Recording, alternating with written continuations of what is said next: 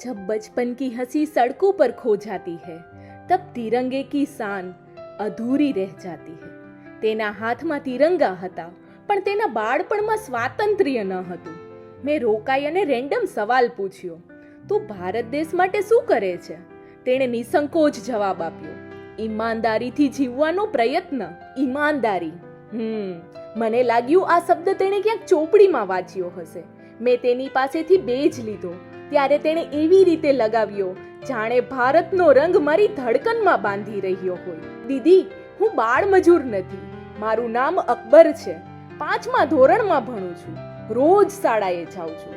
આ તો આજે રજા છે ને, એટલે પરિવારને મદદ કરવા આવ્યો છું. જ્યારે મેં તેને ગિફ્ટ આપી તેણે કહ્યું, થેન્ક યુ.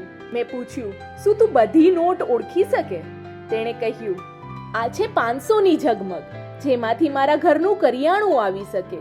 આ 200ની ચમક, જેમાંથી મારું નવું દફતર આવી શકે.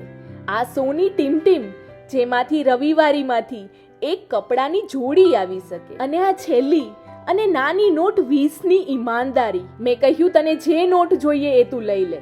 ત્યારે તેણે 20ની નોટ લેતા કહ્યું, હું આ જ લઈ શકું. આ જ મારા બેજની કિંમત છે. હું આનાથી વધારે ના લઈ શકું. અકબર, તને કોણે શીખવાડ્યું?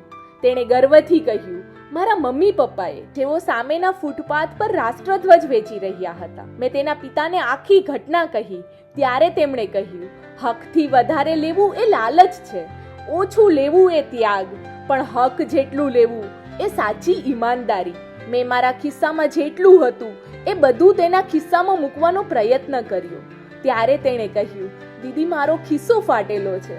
મેં તેમના હાથમાં મૂકી અને કહ્યું, તે જે મને શીખવાડ્યું, તારી વાર્તાથી જે દુનિયા શીખશે એની કિંમત આના કરતાં ક્યાંય વધારે છે. Happy independence day, Akbar.